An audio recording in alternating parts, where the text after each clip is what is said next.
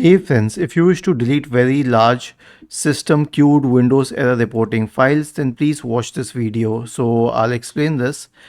These large files can occupy a lot of space going into GBs, and this cannot be deleted through disk cleanup or deleting temporary files or anything. Okay, so I'll explain the procedure. Right click on the start button, select settings from the menu. Now go to the system tab on the list on the left hand side. Select storage in the right pane. Wait for a while and then click on temporary files. Okay, now you need to wait for a few seconds for this list to load. And in this list, you'll find an option called Windows Error Reports and Feedback Diagnostic.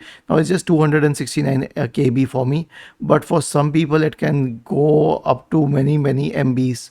Okay, so what would you do in this case? Right? You will what do we say, click on remove files, but yes, before that remember that everything that is checked here will be removed.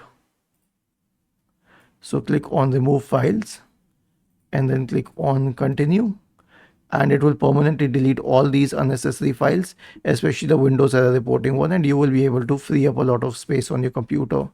Was this helpful? If yes, then please subscribe to the channel, and if not, then let us know in the comment section of the video on how we could help you further. Thank you for watching this video and have a nice day.